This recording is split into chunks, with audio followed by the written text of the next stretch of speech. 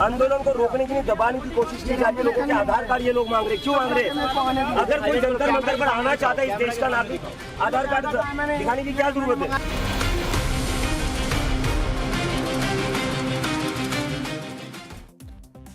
व्यवस्था के खिलाफ जो गुस्सा कल तक सिर्फ सोशल मीडिया पर सुलग रहा था, इंस्टाग्राम में रील्स बन रही थी, हैशटैग्स मोबाइल की स्क्रीन पर ट्रेंड कर रहे थे, आज ये मशाल दिल्ली की सड़कों पर क्रांति बनकर जल रही है। जंतर मंतर पर कॉकरोच जनता पार्टी का प्रदर्शन लगातार तीसरे दिन जारी है। दिल्ली पुलिस ने इन्हें सिर्फ शनिवार शाम 5 बजे तक प्रदर्शन की इजाजत दी थी। शनिवार बीत गया, रविवार गुजर गया और आज सोमवार को भी जंतर मंतर पर नॉन स्टॉप पर धरने की मशाल जल रही है। मन से लगातार शिक्षा व्यवस्था, एग्जाम सिस्टम और छात्रों के भविष्य से जुड़े मुद्दों को उठाया जा रहा है और शिक्षा मंत्री धर्मेंद्र प्रधान के इस्तीफे की मांग की जा रही है।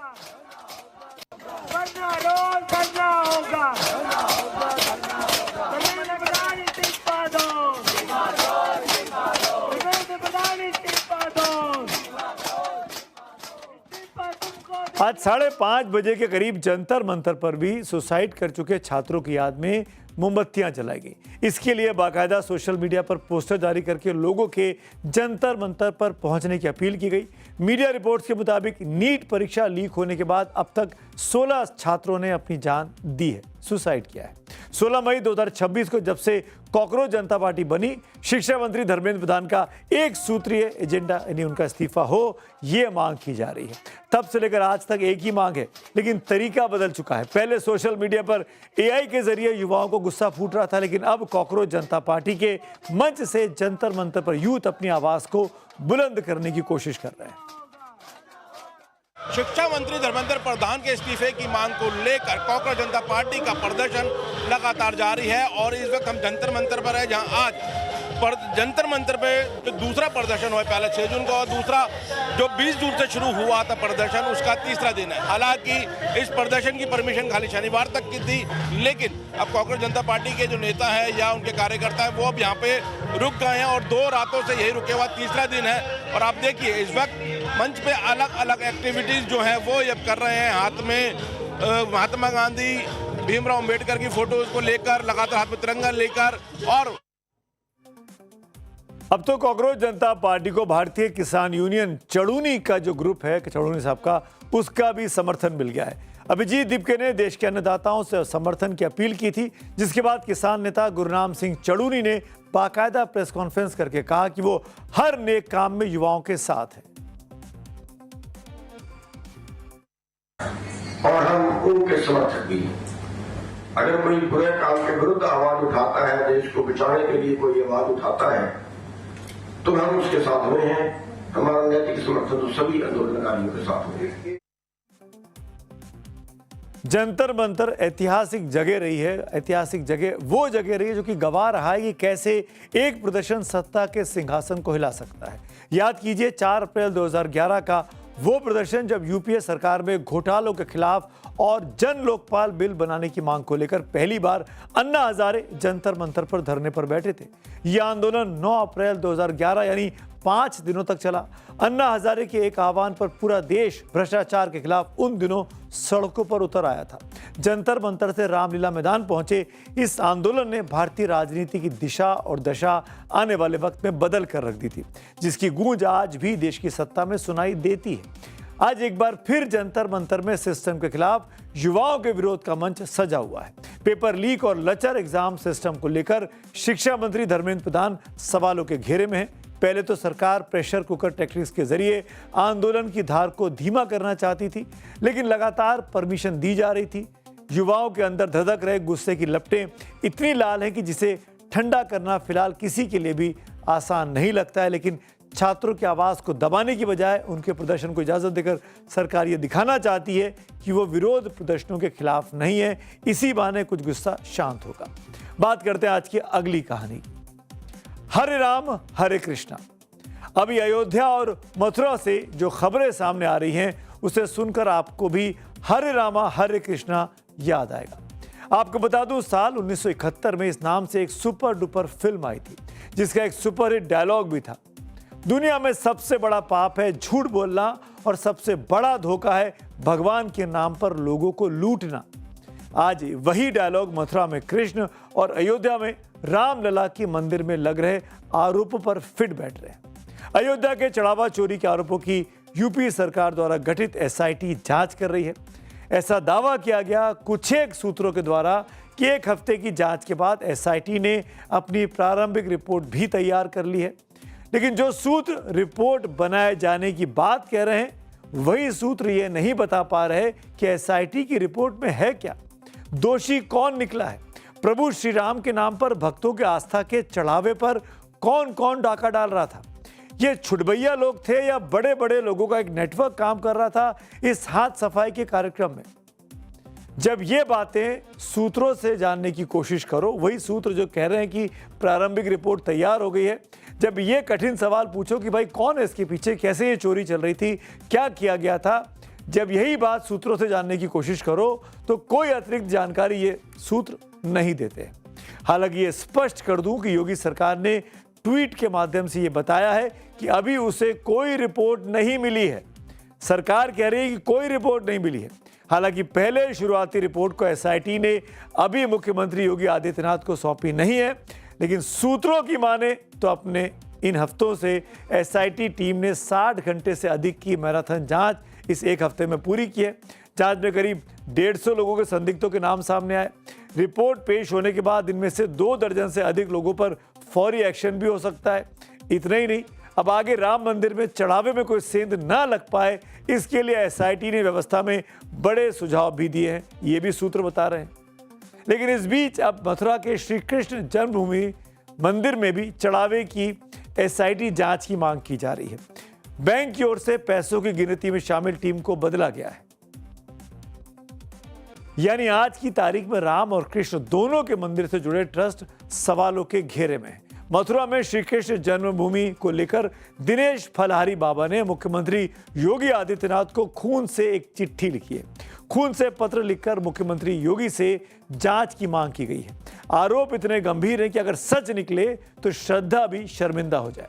फलहारी बाबा ने आरोप लगाया कि 11 साल से सीसीटीवी बंद करके चढ़ावे में हेरा फेरी हो रही है, दान चोरी होता रहा है, आभूषण गायब होते रहे हैं। पहले आरोप सुनिए, फिर मथुरा में श्री कृष्ण जन्मभूमि ट्रस्ट की तरफ से क्या पलटवार किया गया वो भी आपको सुनवाऊंगा। इस मंदिर में पिछले लगभग 11 वर्षों से चंदा चोरी हो रहा है। जब वहाँ गुल्लकें खुलती हैं तो सीसीटीवी कैमरे बंद कर दिए जाते हैं। आभूषण, सोना, चांदी, हीरा जवाहर बहुत दान आता है, उस दान की कोई रसीद नहीं दी जाती है। तो यहाँ हजारों करोड़ का गबन हुआ है। ये जमीन खरीदी है और ये प्रबंधन कमेटी के सचिव हैं। क्या नाम है उनका? इनका नाम है कपिल गौतम। अच्छा। इन्होंने ये लगभग 200 करोड़ का फार्म हाउस खरीदा है पौड़ी में। नैनीताल में जमीन खरीदी है, ऋषिकेश में फार्म हाउस लिए गए, दिल्ली के कैंट एरिया में बहुत बड़ा बंगला लिया है। तो मथुरा के फलहारी बाबा ने सीधे सीधे श्री कृष्ण जन्मभूमि ट्रस्ट के सचिव कपिल शर्मा पर आरोप लगाए हैं, जिसके जवाब में अब श्री कृष्ण जन्मभूमि ट्रस्ट के सचिव ने भी मुख्यमंत्री योगी आदित्यनाथ से चिट्ठी लिखकर चढ़ावे की एसआईटी जांच की मांग कर दी है। इतना ही नहीं, अपने पलटवार में कृष्ण जन्मभूमि ट्रस्ट के सचिव कपिल शर्मा फलहारी बाबा की राजनीतिक कुंडली लेकर भी सामने आए और आरोप लगाए कि दिनेश फलहारी समाजवादी पार्टी से जुड़े हैं, वो खुद कई मुकदमों का सामना कर रहे हैं, उनके ऊपर ठगी और चोरी के मुकदमे हैं, चार्जशीट उनके खिलाफ दाखिल है। पहले कपिल जी को सुनते हैं। मेरे विरुद्ध जो दिनेश फलहारी ने आरोप लगाए हैं, जो अकूत संपदा इकट्ठी करने का एक विषय रखा है, और वो अकूत संपदा उन्होंने कहा है कि मैंने जन्मभूमि के चढ़ावे से बनाई है। तो मैंने निवेदन किया है कि मेरी सभी संपदाओं की, आय की, व्यय की, गतिविधियों की, सबकी जांच करा ली जाए। आरोप दिनेश फलहारी और उनका जो ग्रुप है वो कोई निहित स्वार्थों की पूर्ति के लिए लगा रहा है। दोनों तरफ से आरोप प्रत्यारोप लगातार लग रहे हैं। एक आरोप कर रहा है कि मंदिर में बरसों से चढ़ावा चोरी हो रहा है, तो दूसरी तरफ से दूसरे का दावा किया जा रहा है कि आरोप लगाने वाला खुद आपराधिक प्रवृत्ति का है। लेकिन बड़ा सवाल यह है कि राम के बाद अब कृष्ण भगवान के जन्म स्थान में चोरी का शक क्यों उठ रहा है? जो भक्त आस्था के नाम पर लाखों करोड़ों चढ़ावा चढ़ाते हैं, वो पैसा कहां जा रहा है? ट्रस्ट में पारदर्शिता क्यों नहीं है? अयोध्या में अब दान पात्रों से नकदी निकालने और ले जाने का वीडियोग्राफी होती है। राम मंदिर में दान के पैसों की गिनती करने वाले लोग बदले गए हैं, यह भी दावा किया गया।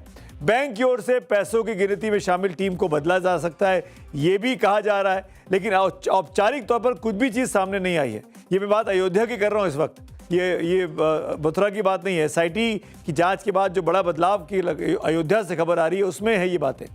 प्रक्रिया में लगाए गए स्वयंसेवकों की ड्यूटी भी बदलने की बात की गई है। निगरानी में अलग अलग लोग लगाए गए हैं। पहले से निर्धारित नियमों का पालन अब सख्ती से किया जाएगा। ड्रेस कोड सिस्टम लागू होगा। यानी ये तमाम चीज़ें ऐसी हैं जो अब करने की बात की जा रही है। इस अयोध्या में राम मंदिर चढ़ावे की चोरी का मामला और गंभीर हो रहा है। एसआईटी जांच कर रही है। सूत्रों के हवाले से जो खबर मिल रही है उसके मुताबिक शुरुआती जांच के बाद एसआईटी की तरफ से बड़े बड़े सुझाव आए, जैसा कि अभी हमने आपको बताया कि एक प्रोफेशनल ट्रस्ट बनाया जाएगा, एक प्रोफेशनल सीईओ की तैनाती हो, हर हफ्ते ऑडिट हो, सीसीटीवी फुटेज 180 दिन तक स्टोर किया जाए और भी बहुत कुछ। मतलब साफ है पहले जो सिस्टम था उसमें कुछ दो गड़बड़ थी, लेकिन गड़बड़ कौन कर रहा था ये सूत्र नहीं बता रहे। मैं फिर से उसको अंडरलाइन कर दूं, सूत्र अपने मतलब की चीज बता रहे हैं, लेकिन जो हम अपने मतलब की चीज पूछें तो कोई जानकारी अतिरिक्त हमको नहीं मिल रही है। दावा किया जा रहा है कि एसआईटी ने 150 पन्नों की प्रारंभिक रिपोर्ट तैयार कर ली है। सूत्रों के मुताबिक एसआईटी ने अब तक 150 से अधिक लोगों के बयान भी दर्ज कर लिए हैं। जांच से जुड़े लोगों को अयोध्या छोड़ने की मनाही की गई है। आगे की जांच उनसे दोबारा की पूछताछ की जा सकती है। सूत्रों का दावा है कि एसआईटी रिपोर्ट में मंदिर ट्रस्ट की कार्यप्रणाली में बड़े बदलाव की बात की गई है। मैं फिर बता दूं, एसआईटी यूपी सरकार ने बनाई है। यूपी सरकार के अधीनस्थ जो प्रशासनिक कर्मचारी हैं, जो पुलिस कर्मचारी हैं, वो एसआईटी की टीम में हैं। अब वो कितने निष्पक्ष रिपोर्ट देंगे इस पर भी सवाल खड़े कर रहे हैं विपक्ष के लोग। सुझाव दिया गया कि ट्रस्ट का पुनर्गठन किया जाए, जवाबदेही के लिए सभी पदाधिकारियों की जिम्मेदारियां तय की जाए, किसी अनुभवी प्रशासनिक अधिकारी यानी सीईओ की नियुक्ति करने का सुझाव भी दिया गया है। ये सब सूत्रों के हवाले से है। औपचारिक तौर पर सूत्र नहीं बता रहे कि चोरी किसने की है। का समय पूरा हो गया है। जैसे ही जांच रिपोर्ट आएगी निष्पक्ष कड़ी कार्रवाई होगी। सरकार की प्रतिबद्धता भ्रष्टाचार मुक्त शासन देने को लेकर। और अब बात उस जमीन की जहां से उठने वाला बारूदी धुआं पूरी दुनिया का दम घोट रहा है। सवाल यह कि क्या इजराइल शांति का सबसे बड़ा दुश्मन बन चुका है? क्या बेंजामिन नेतन्याहू की जिद की वजह से खाड़ी देशों में शांति का सूरज उदय नहीं हो पाएगा? पर्दे के पीछे एक बहुत बड़ा खेल चल रहा है। एक तरफ स्विट्जरलैंड की खूबसूरत वादियों में अमेरिका और ईरान सब कुछ भूलकर टेबल पर बैठ रहे हैं, बातचीत करना चाह रहे हैं, तो वहीं दूसरी तरफ यरूशलेम से नेतन्याहू ने हुंकार भर दी है। इस महायुद्ध और कूटनीति के खेल को देखकर बॉलीवुड की उस मशहूर फिल्म का डायलॉग याद आ रहा है कि कभी कभी जीतने के लिए कुछ हारना भी पड़ता है और हार कर जीतने वाले को बाजीगर कहते हैं। क्या नेतन्याहू हार कर बाजीगर बनने की तैयारी कर रहे हैं?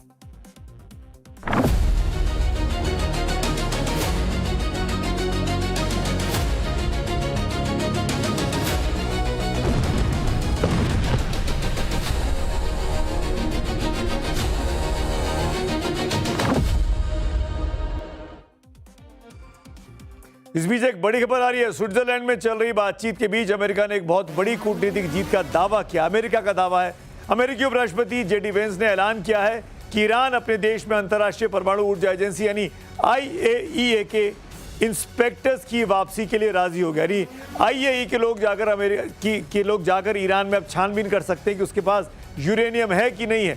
वेंस ने इसे अमेरिका के लिए एक ऐतिहासिक मील का पत्थर बताया। वेंस का दावा है कि ईरान के परमाणु हथियार कार्यक्रम को हमेशा के लिए जड़ से खत्म करने की दिशा में यह पहला और सबसे ठोस कदम है। दुनिया सोचती है कि इजराइल वही करता है जो सुपर पावर अमेरिका चाहता है। दुनिया को लगता है कि डोनाल्ड ट्रंप जो रिमोट दबाते हैं, नेतन्याहू यरूशलेम में वही बटन दबाते हैं। लेकिन इजराइल के प्रधानमंत्री बेंजामिन नेतन्याहू ने इस भ्रम को अब पैरों तले कुचलने का फैसला कर लिया है। यरूशलेम के एक समिट में बेंजामिन नेतन्याहू ने सरेआम वो कह दिया जिसने वॉशिंगटन से लेकर तेहरान तक हड़कंप मचाया हुआ है। तो सुना आपने, नेतन्याहू ने साफ कर दिया कि वो किसी के बंधुआ मजदूर नहीं है। ट्रंप अपनी जगह है, इजराइल अपनी जगह।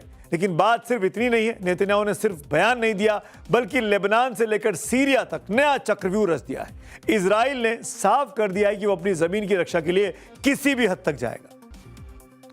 नेतन्याहू के तेवर बहुत ही सख्त है। वो अकेले नहीं, उनकी सरकार के मंत्री भी किस कदर इन दिनों आक्रामक हो गए, इसका अंदाजा आप इजराइल के national security minister Ben Gvir, जो कि आप रक्षा मंत्री कह सकते हैं, उनके इस बयान से लगा सकते हैं। ये वो बयान है जो ये सोचने पर मजबूर करता है कि क्या वाकई इजराइल को शांति से कोई भी लेना देना है। और इस वक्त बड़ी खबर कतर से आ रही है। जी हाँ, ब्रेकिंग न्यूज। यहाँ के रास लाफान इंडस्ट्रियल एरिया की बरजान गैस फैसिलिटी में बीती रात हुए एक भीषण धमाके में 54 लोग बुरी तरह घायल हो गए, जबकि 18 लोग अब भी लापता हैं। ये धमाका उस वक्त हुआ जब यहाँ के स्टाफ युद्ध की वजह से बंद पड़ी गैस सप्लाई को दोबारा शुरू करने की कोशिश कर रहे थे।